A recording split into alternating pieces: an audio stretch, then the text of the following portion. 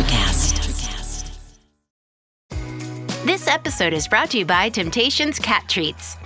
Your cat will come running for the perfectly irresistible Temptations Creamy Puree and Temptations Lickable Spoon Cat Treats.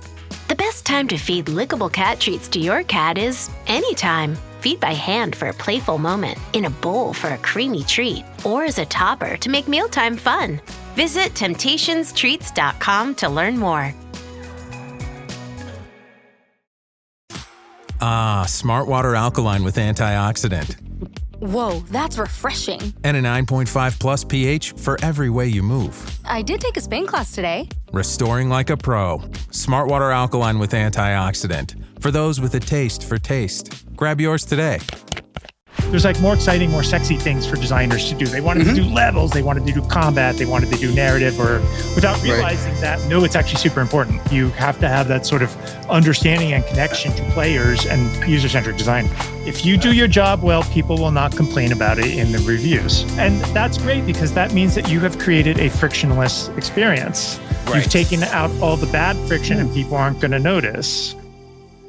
Hi, welcome to Brain Arcade. I'm Chris Cross, your host. I'm here with my friend Ed Moore today. Oh, actually, Ed, you need to actually give me what your official job title and stuff is, because I just think my buddy Ed. You know what I mean? Yeah. So like we need to actually break this down for people so they understand the context of how we're talking. Like in my head, I have, a pattern of behavior and, discussion that is you and me, and it's not like attached to job title and stuff like that. You're trying to put me into a box. Yes, I am, but I want to know what box you want to be put in. I would just say that I work as a video game lead UX designer. I kind of describe myself as a game UX design specialist, although it doesn't describe everything that I do. But for the purposes of this discussion, I think that box would work best. That's perfect. So it's interesting because a lot of times when I hear UX, I think about apps instead of games. And so, the way I describe, not only that, when I talk to people out in the wilds, they think of UX as app stuff. And so I want to dig in a little bit to have you talk some about that.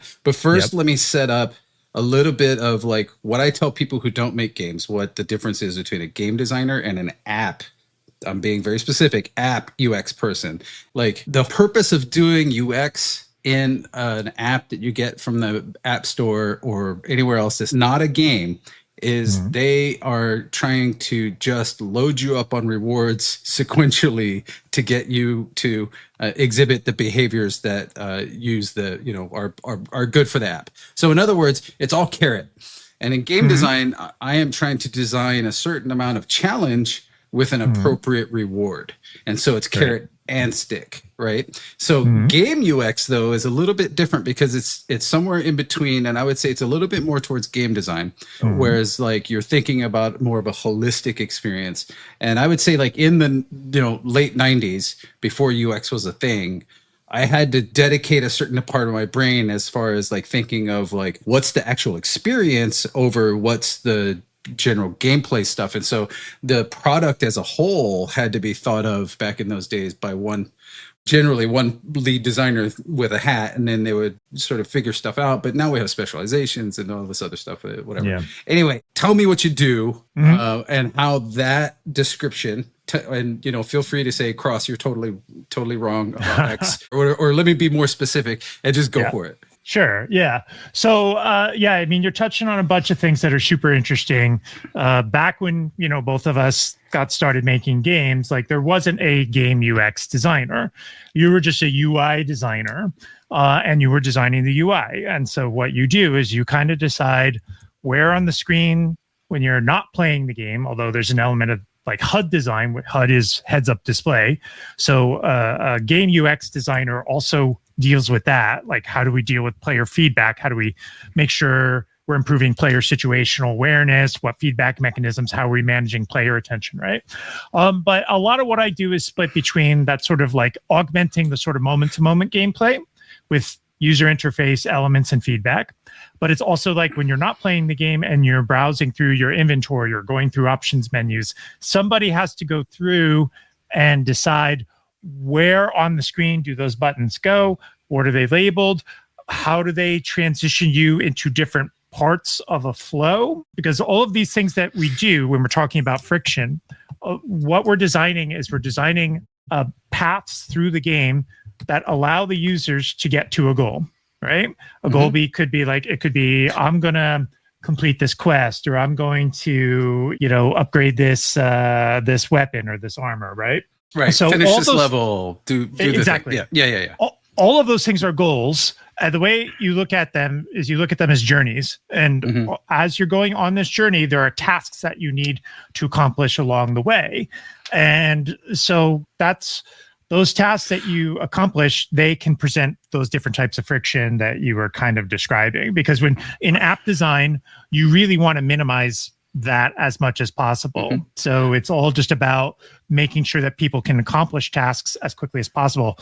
That is not necessarily the same in games for some reason. So I've got like multiple comments. One, put a pin in this for later. Do you guys do like heat maps for like eyeball attention, like where you do like gaze tracking, and like do you test your stuff like almost every project, or do you do that frequently or not frequently? I could say on past projects that, we have done or leveraged that sort of heat map gaze testing where they can kind of track where your eyeballs are going.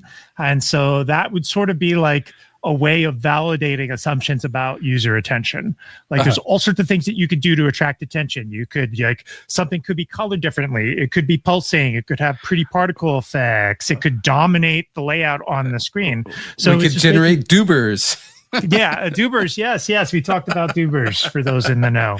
I never knew that before. Later. But basically, it's just like, because a lot of times I've seen situations where you'll design a screen or like a matchmaking lobby or something, and you'll be like, this really important piece of information, we put it in a corner, but somehow the way that we're treating it, because of maybe other competing elements, or just it was jammed in there at the last minute, it's just people aren't seeing it.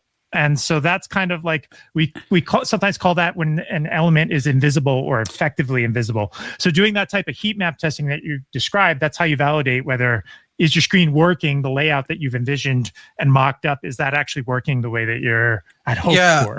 And I would actually even say from my experience, what's actually most helpful when doing that kind of focus testing, no pun intended, it's actually called focus testing, but with heat maps, different type of focus, is a recording of actually the gaze tracking, because it's not important for them to spend a lot of time in a place. I want to see when they're going there and how long they stay, or if they go there at all at the time we wanted them to go there, right? Yeah. Because like generally, like when you're driving a car, you don't look at your odometer ever all the time. You look at your mileage, or you look at your right. And so like, but it's flick, your speedometer, you're looking up and down, but generally you're focused on the road, or apparently that last text you got from someone who's at, you know what I mean? Chris, are you texting and driving? I am not. Oh, I use Siri for that. Siri reads it, but Siri is like, I know. CarPlay is cool. Well, anyway, so friction. Let's get back to friction for a second, because you brought that up, and I think it's important for you to just give us a definition of friction, just from like a layman's terms kind of a way. Yeah. So friction is basically,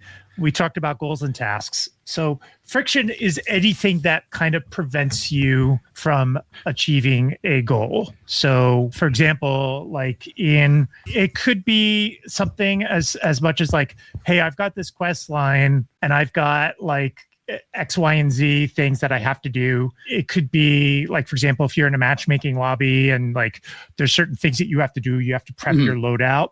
It could be anything as like big things that require your attention. It could be all of those things, or it could be as sort of like granular and low level as like, hey, would I push the analog stick in this direction, or I press the button, the feedback that I'm getting from the game, whether it's like on-screen animations or just how the input is being processed. It could also represent sort of like disruptions or just unexpected things in that. That's how I would sort of in layman's terms define friction. I just to enlarge the definition a little bit for the purposes of you and I melding our brains some. There's a health pack across a gap that you have to jump over. The jump is the friction. It's like an obstacle or impediment between the thing that I want. It depends. Depends. There we go. It depends on, how long is the jump? How does the jump require you to sprint? Or is there like a grapple hook that you've got to use? And once you get to the health pack, do you consume it immediately? Does it go into the inventory? If it does, how do you navigate to find it to where you can use it? Yes. So Yeah. just generally there is friction involved in that, and we can break that down later. But I have a slightly different, like, to get this back into a brain arcade place. In an earlier episode, I talked about the rule of sevens. And the rule of sevens is your capacity to hold individual thoughts or ideas. So it's basically cognitive load. And so that's why phone numbers are 7 digits long. Right. Yeah, exactly. See, phone numbers, license plates, you know, how many shapes in Tetris, colors in Bust-A-Move. You know, the rule of sevens is expressed in a lot of places. A lot of ways. But it gets tricky in games because there are so many systems at work that your attention span or your cognitive load is constantly shifting. So that sometimes it's in-world stuff, sometimes it's UI, sometimes it's general experience, you know, and the structure that I put things on, right? Like, I'm naturally always thinking about that from a game design standpoint, since the age that we came up was very much intuitively driven. So I have a language to talk about it with other people, but when I see it when I play it or see it on paper, it doesn't, like, I don't like start a game and start thinking like, let's analyze the rule of sevens. It's like, I play it and I go, oh, my cognitive load is too much. Let's go back and count the sort of required attention. And it's a good tool for design, both breakdowns and evaluations. However, let's just use the term cognitive load. How often do you use that? Like, is it a daily basis, multiple times a day, like all the time? Like, tell me about your experience with cognitive load. So I think that it definitely is something that kind of lurks in the subconscious of the moment to moment of working in games UX, right? It's all about managing cognitive load.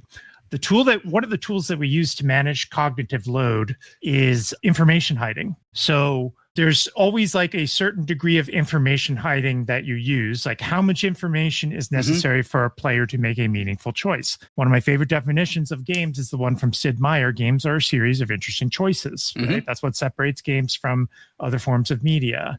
So we use information hiding in order to prioritize information so players can make meaningful choices. Too much information, if you exceed that rule of 7 threshold, and there's actually a heuristic for this that I want to pull up later that I would love to talk to you about. Sure. So, but if you exceed that sort of like 7 items that you could keep juggling in your working memory, you start risking there being more cognitive load. And when there's too much cognitive load, there's all sorts of things that could happen. Players can get confused. They can miss critical information if the information is not prioritized correctly. Yeah. So we're always thinking about, okay, like how can we hide information appropriately so people can get it and they have good feedback, they have good signifiers that let them know, okay, this is where I need to go to get that kind of information. But it's done so in a way so it's not going to be overwhelming and it's going to provide bad friction. Yeah, and or even analysis paralysis, right? That's like when you throw so many options in front of somebody, they all seem interesting, but then basically they're so overwhelmed by the potential interesting choices that they get frozen in their tracks. By the way, like you and I probably need a whole day or half day seminar where we can just do like a mind meld and do a little bit, because I'm so fascinated by like fascinating. What's fascinating? Well, no, it's just like, you know, having come up in the age that we did, we had to build our own structures, our own meaning for things, but we didn't have standardization. And so like, I think you and I can spend a whole hour just unpacking all our jargon. Yeah, probably. Right. Like I threw out doobers to you before. You know what? We're gonna tease doobers for like the whole time, and then I'll explain doobers at the end. So like doobers are a fascinating tool that are used everywhere. Just nobody knows what they're. Well, actually, this is not even an official name. It's just jargon for jargon. Thing. Well, I want to piggyback on that because that's the beautiful thing about game UX in the year of our Lord 2025, is that the practice has evolved so much and in a good way, where we now have these frameworks. I mentioned heuristics earlier. Heuristics are basically something like, it could be a phrase, a process. It's basically like a verbal mental tool or a protocol that can take something that is very ambiguous and fuzzy and break it down into something that's much more specific and easier to understand and digest. So when we talk about like the doobers or the sort of like jargon that we grew up with, yeah, that's what it was like making, being a UI designer in games. A lot of the times we had UI designers, we had UI artists, right? There wasn't a UX designer, a game UX designer. Even though you said like game UX didn't used to exist, that's actually not true.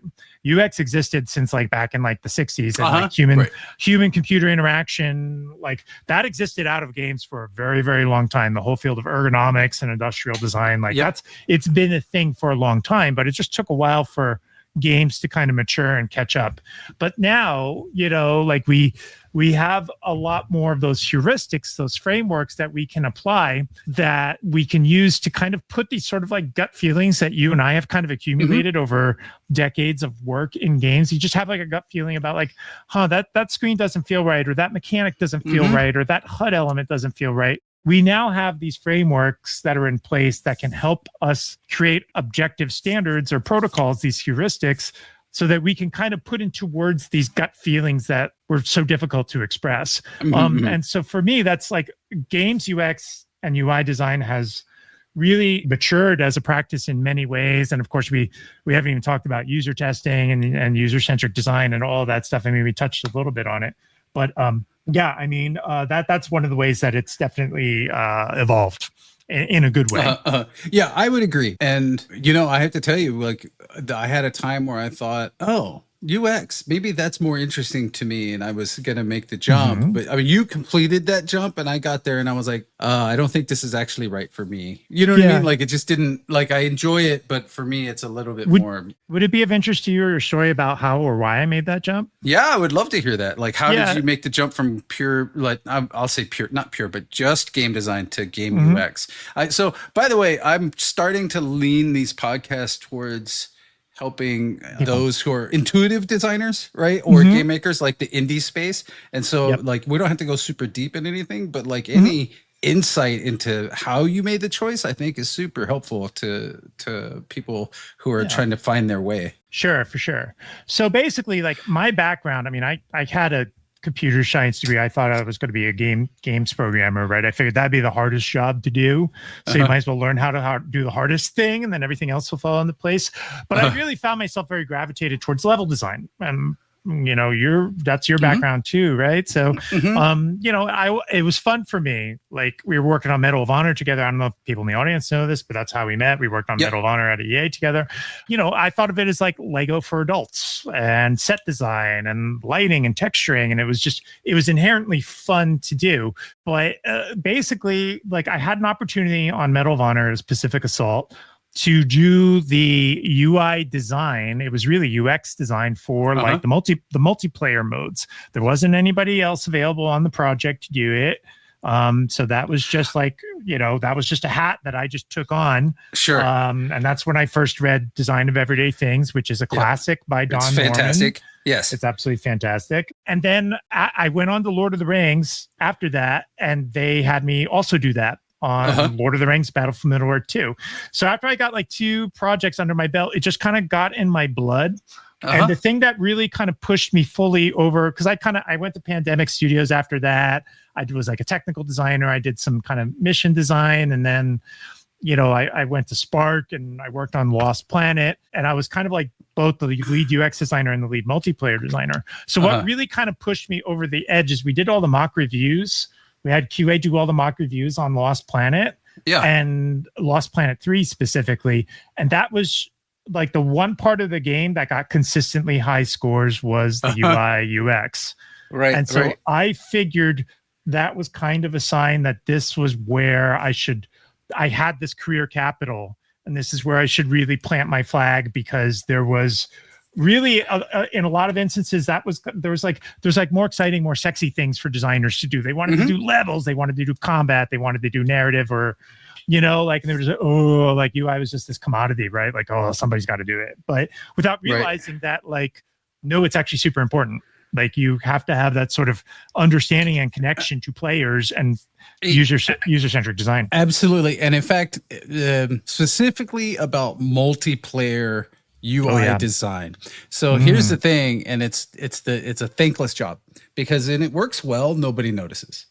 Right, specifically the multiplayer UI. No, it's just any type of UI. Any type of well, actually, I believe that in game design in general. But if you do your job well, people will not complain about it in the reviews.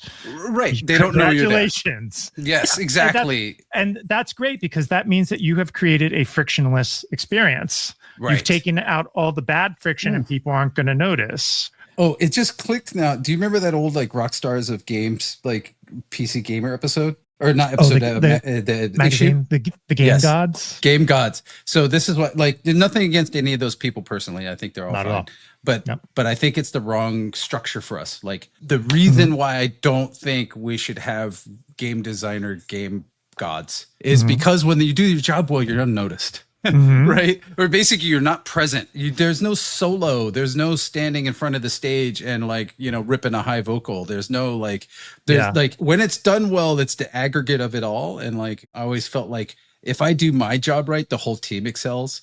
If I do my job poorly, then it's my fault. Like it's just I don't know, but that's also just whatever my upbringing as well. But like sorry, I digress. Anyway, back to multiplayer UI design. What's interesting about that though, and especially at that time, is UI was an afterthought in a lot of games. Right around the time you were making that transition, and so like is essentially you built the core game, and then at the end you were like, oh crap! All right, somebody do a menu system. Right, or do the HUD and do well. I mean, I always thought about the HUD and whatnot like that, but it was always like I enjoyed being over there to make something that fit the experience. But multiplayer in general, and the reason I singled that out is it has so many semi-technical things that affect your experience, like ping and server and like, you know what I mean? Like who you're playing with. And like, there's so many considerations. Dead Reckoning. Dead Reckoning. You want me to explain what Dead Reckoning is or was? Yeah.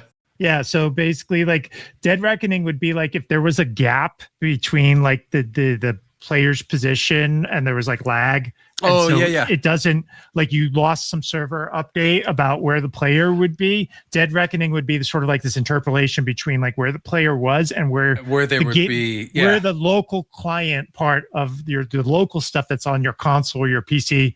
There's code that's running there and there's code that's running on the server. So if there's a break in that connection, then the code that's running on your console will try to interpolate where you go. That's what Dead Reckoning was. I don't know if we call it Dead Reckoning anymore, but it's funny. The episode that came out today, I'm actually like, I'm talking with somebody. We're specifically talking about multiplayer architecture. That's fun. So like, that's why rollbacks and different stuff. Like, you've got a recency bias, sir. I do have a recency bias. Oh, look, we all do. We all have recency bias. We all do. We have all sorts of bias.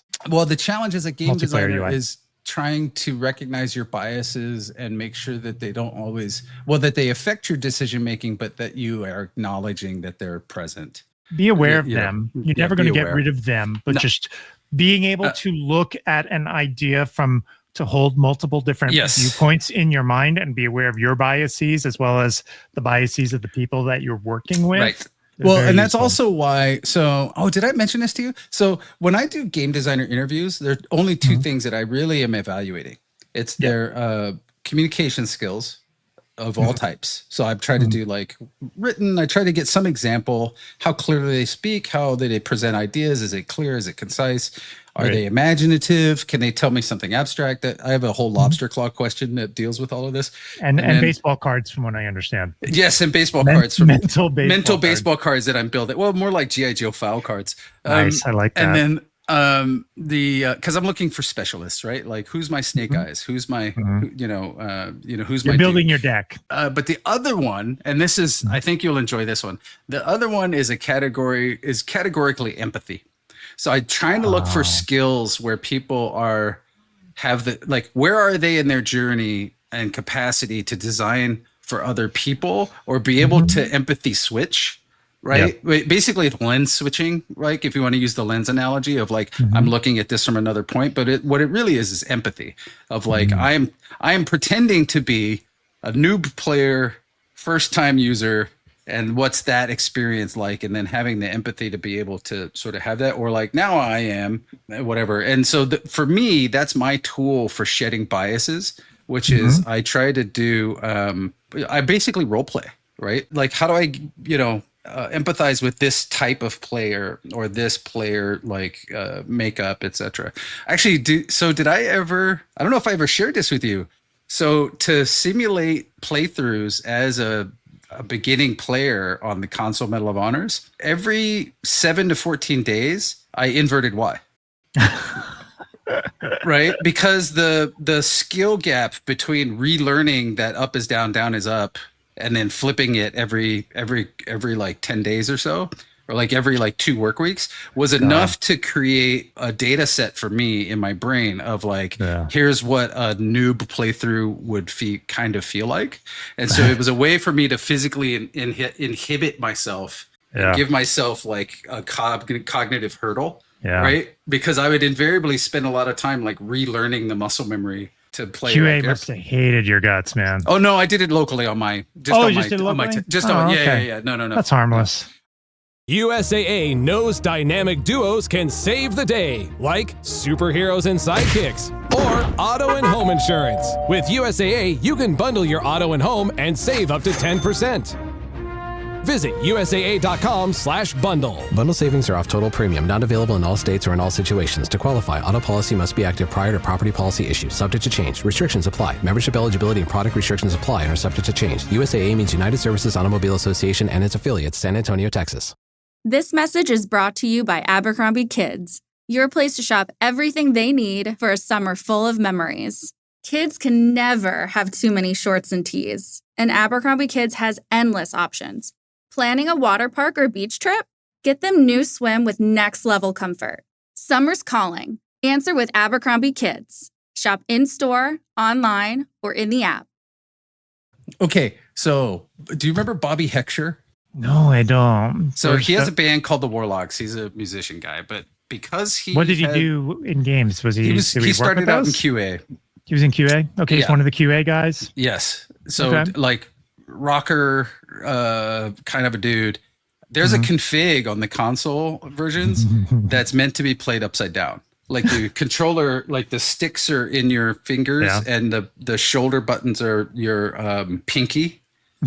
Right? And then like the face buttons. So like he could chord face buttons and use the sticks at the same times. Right? So like, yeah, he had this sort of claw thing. So like, it's like config 3 or 4 was the Bobby Heckscher config. And it was intended to be played upside down. One too many like concerts in Timothy Leary's closet or something. But I used to think very, very deeply about controls, and a lot of that was the ability to have empathy. But like, tell me a little bit about empathy in your daily practice. So when you start talking about empathy, the thing that kind of leapt into my mind, there's a great image online. If you search for Curse of Knowledge, basically, like it shows an image of just a cop is attempting to describe to a pedestrian how to get someplace. And it is just it's a cloud of just intertwined arrows, like turning left here, up there, blah, blah, blah. And just the pedestrian is just utterly confused, utterly lost by this attempt. And that's Curse of Knowledge, because we as developers, we know how the sausage gets made. Right. And as time goes on, we lose our objectivity, because we know about all the history of all the considered and the discarded decisions, and every how many discussions go into deciding what a feature or a mechanic or what a level looks like or how it should be laid out. Like just countless decisions. Like I like to think of it as like games are, whether it's interfaces or game systems or mechanics, they're like icebergs, right? Like what you see on the surface is just a product of just so much underneath thinking that was considered and discarded and implemented and yada yada. So because we know about the iceberg, how big the iceberg is, and we know every single detail of the iceberg, that's not what the user sees and experiences. They just want to know what's on the surface level, right? And that's what they see and experience. So we have to kind of teach ourselves to forget about the iceberg and to see the perspective of somebody who's navigating into these waters for the first time. And so we lose our objectivity over time. So in order to maintain that empathy, that's why user testing is so important, because it's come up time and time again that you put a screen or a feature in front of somebody and it's as clear to you, it's as bright as day of that icon with that number and that feedback. That's so clear to you, but you will put somebody time and time again. I've seen it. Put somebody who's not you, who hasn't worked on this game for X amount of years and has never played it. Put the game controller in their hands and have them try to do the thing that you want them to do without actually being able to walk them through it. And the light bulbs will just start popping off in your head because you will see how they're actually struggling with the things that you were assuming are true because of your biases and your subjectivity. I have to say that the sort of light bulbs per minute, every time I've ever observed people playing things that I've made in some sort of test case, even just handing something to somebody like locally. It's magical, right? It's magical. It is, but it's also very humbling in a way because you sort of like, you have to. People fear it. They do, but you have to be accepting of that feedback because it's your audience, right? And so like you do. I would say that the first time I ever experienced this was building tracks on Excite Bike on my NES. And having my friend play it and then having them go, this is shit. And then rebuild it and then start to deconstruct like why that worked or not. And like, that's the complete loop, right? Yeah. So. I want to piggyback on that because like that part of the iceberg that's below the surface are debates, fights sometimes, like debates that are lost. And to be willing to kind of like put yourself out there and to be vulnerable. And just be like somebody who's never played the game is just going to walk up and it's just might trash your stuff. Like it's suddenly the thing that you fought and championed is suddenly laid to waste in minutes. Like it requires an immense amount of capacity to be vulnerable. But there's a flip side to that is that like the willingness to be vulnerable creates trust. I agree. But there are also times when like you have to also not take all of the feedback. True. 100% because like there is a missing point of view or knowledge from those tests. I mean, it's informative, but you can't build your whole game that way. At some point, you need to build some decision making systems. Again, it's better to be data informed than data driven because correct. We used to on Lost Planet, we used to have multiplayer play sessions, and I didn't know what I was doing, like in terms of like. Knowing what I know now about psychology and user research, we used to do like we all used to do this. We used to have focus test discussions, and we'd have everybody sit down in a room and they would all talk about it. But we think, oh, this is valuable feedback, right? But the thing is what happens is groupthink sets in, and there's usually like 3 or 4 people that dominate the discussions, and you've completely lost all that opportunity to gather feedback from the 7 other people who are being completely quiet. Totally. And also, there's a number that goes with that too. It's 6. So like that's the largest size of meeting that you should have for everybody to participate. It has to deal with cognitive load. So 2 things on that. One, and then the second one's going to be a segue. One, I always hated the flaming sword of user testing. Like, because basically somebody would game developers do. They will use the flaming sword. Yeah, but they're not actually taking the data and processing it and looking at it objectively. They're using it as a weapon for like confirmation bias for themselves, right? Yeah, and then I told you so. I told you so, or I'll do X, Y, and Z, as opposed to like a nice sort of scientific. It's happened. Not everybody does that, but it takes a skilled negotiator to bring everybody out of like flaming sword world. You know what I mean? And like so my biggest, for instance. D-Day was never supposed to go into Frontline. It wasn't planned for that. Oh, yeah. Yeah, I remember that. And that's probably, it's one of the times where I basically like had to watch a user test and I was like, it shouldn't be first. It shouldn't be first. It shouldn't be first. Because I was always thinking it was going to be such a friction point for everybody. But it wasn't the first mission. That came from Allied Assault. And it wasn't the first mission. It wasn't the first mission. Totally. It was like maybe like a third of the way of the game through. Right. And you basically had to work up to it. Yep. But watching the emotional impact that it had in testing, I was like, okay, I'm wrong. And I'm willing to be wrong because like starting out with this high of a peak is so powerful. We need to stick with it. And basically, I was happy to be like sort of not happy, but basically I was like, all right, you guys got it right. It should go first. I'm not happy about it from a creative standpoint, but from a product standpoint, it was the right decision, right? Congratulations. That is user-centered design right there. Yeah, it took a little while for me to really enjoy that celebration, but it's difficult. It's hard. They have a lot of like not ego, but there's a lot of yourself in the game. So I think what helps is to realize, this has helped me sometimes, is that like we can win together as game developers. It's not just about one person winning the argument over the other, but it's also like you have to kind of realize you're not your work. Your self-value does not derive from your work. Right. You know, so if it's just like, hey, your idea lost or whatever, it's like, okay, like let's just fail faster and move on and learn from that failure. And that's a win right there. Right. Yes, absolutely. So here we go. Let's go. Let's actually, I want to recap just a little bit, not a full recap, but basically like, because I'm starting to aim more towards indies, I think we need to, like you and I both have to exercise an empathy point here, which is like, okay, now how do we wrap this up? Because like people, a 1 or 2 person team or 3 person team aren't necessarily going to have access to focus testing. How do we angle this? Like basically my simple response is get as many friends as you can to play it and literally watch them play.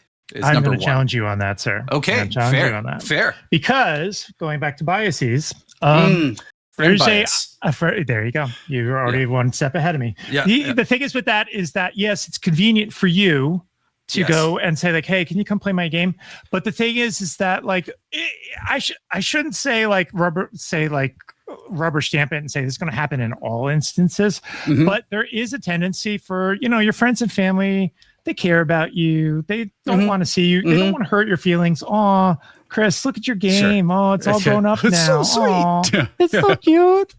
So like, they're like, okay, honey, that's okay. It's good. We have such low expectations for you that putting anything on screen is amazing. No, I'm just kidding.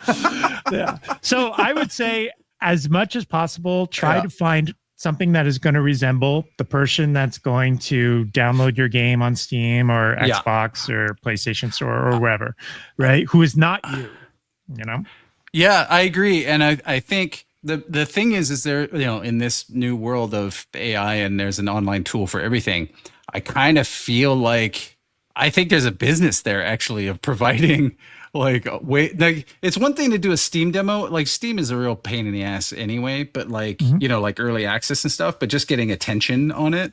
But like having a way to get objective feedback from people is probably really valuable. And so like, maybe it's not just friends and family. Maybe it's also like, starting to cultivate a community around your game or a way like you have to be careful though. Like, there is that bias. Like the way I used to say it in games is like the reason why I check for empathy when hiring game designers was the minute you walk through the door, you transform into a game developer. Like the first day you walk in the front door, which instantly creates a bias, right? Yes. And it may not be heavy, but at that first day, you are no longer an audience member for whatever you're working on, and so like you immediately have to start doing a split in your empathy, or like there's an audience person and then there's me, right? Yeah. A lot of times, a lot of people they mistake the act of design as something that they should do for themselves.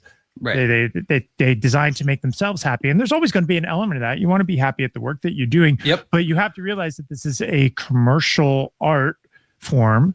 And you, as a business, it's also like you have to design it for an audience that is going to be willing to pay money for your work. Yes, right. And also, so who are they? What do they want? Or even how does my art, capital A art, how is that going? Yeah, that's right. Art. My art. How does that affect them, or why would they want it, etc.? Because like everybody starts with this is what I like, right? Sure. And then you move forward. That's just natural human behavior, and you do represent a certain part of the audience, but just being conscious of making your choices and how you open that up. So I do want to go back to one thing, if you don't mind. Like you're talking about like how people can do the testing. One of my go-tos, geez, I wonder if it's on my shelf. It's a book. It's called Rocket Surgery Made Easy. And it talks about how you can get valuable insights in a sustainable way from as few as 3 playtests, 3 45-minute playtests. Okay.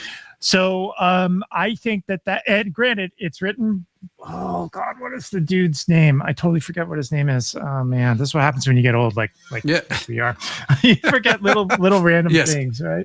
So it's he also wrote another book called like Don't Make Me Think. So, but anyway, it's a very thin book. I'd recommend it to people. It's about it's written for websites. That's how old it is. It's more about websites and apps, and it's not.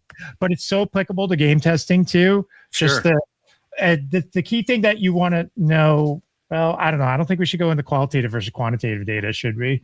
Not yet. I think we're going to run out of time on that. I think that's like a whole episode. I would just say, if there's one takeaway, if you're watching this and you want to do user testing, like read that book. It'll help you on your path. Totally. Well, so I have a couple of requests. I'm going to start winding us down a little bit. I would love to see your book list. Like, what's your book list for game? Yeah, your bookshelf, but also like, hey, I'm a starting game maker. What are some things that I should read? I know there are places where you can collect book lists, but maybe you and I can start to trade stuff because I love like the Scott McCloud books. Even though it's about comic understanding books. Comic. I knew you were going to talk about that, man. Yeah, it's so good. It's so good though as an application to games. But like your Design of Everyday Things is the one that opened up my brain. Like honestly, Intro to Architecture taught me so much about level design. And I've got an architecture book here too. Yeah, it's like, and I would love to see and like trade reading lists with you and go for some stuff. That might be fun to do like a rapid fire round where it's like you bring like, I'll bring some books and we'll talk about them. You bring 7 books. We only can pick 7. Sure. Magic numbers so people will remember. Right. Make a list of 7 and we just go through. Okay, Ed, like here's Design of Everyday Things. Why should people give a shit about this book?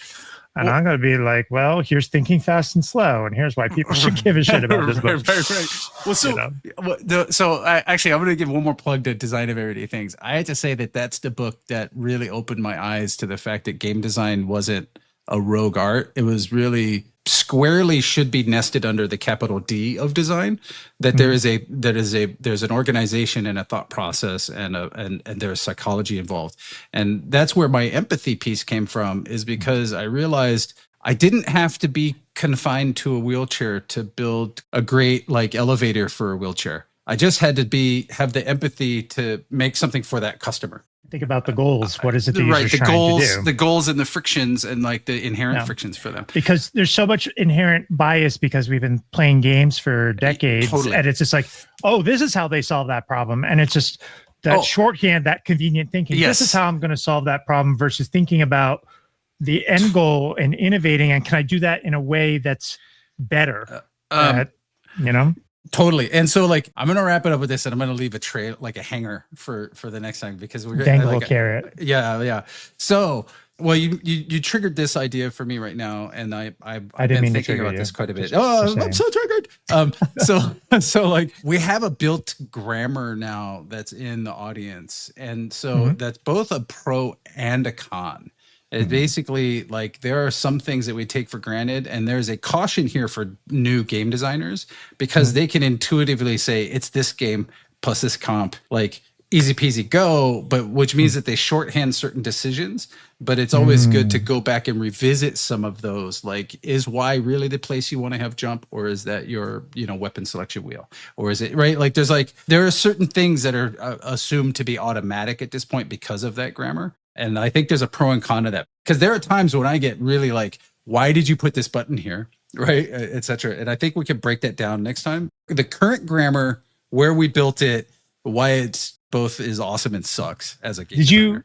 We're going to wrap this up, but did you play UFO 50 yet? I haven't, but I need to, because like there's a game in that collection that does exactly what you're talking about, where it kind of breaks conventions about what you expect controls to be. For some people, it is just going to be completely maddening, but for other people, it's brilliant. I don't know where I am on that spectrum. Okay, yet, so, sure.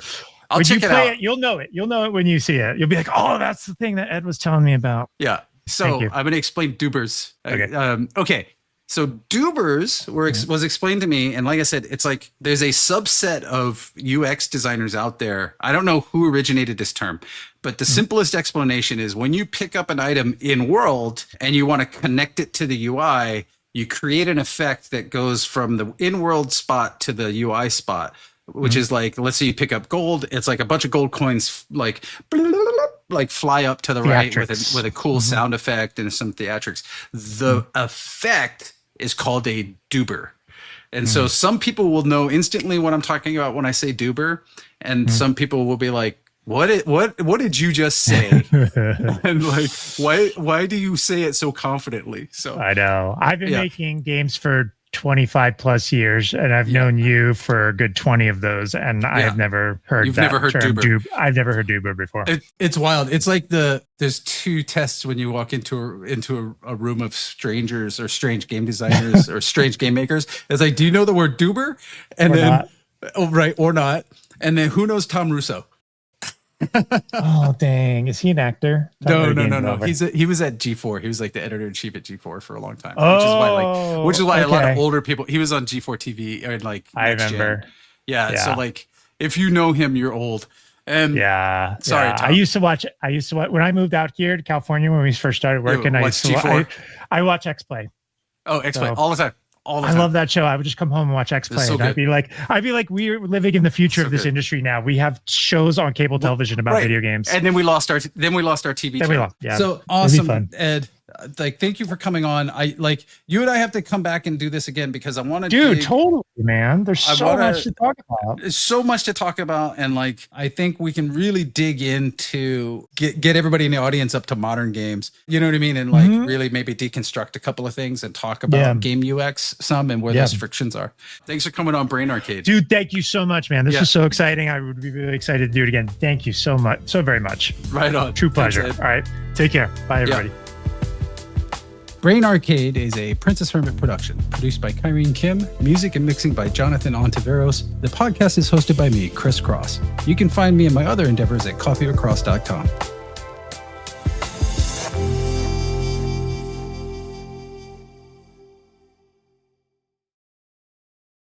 I'm Iris, host of Or Whatever Movies and the forthcoming Powers of Darkness podcast.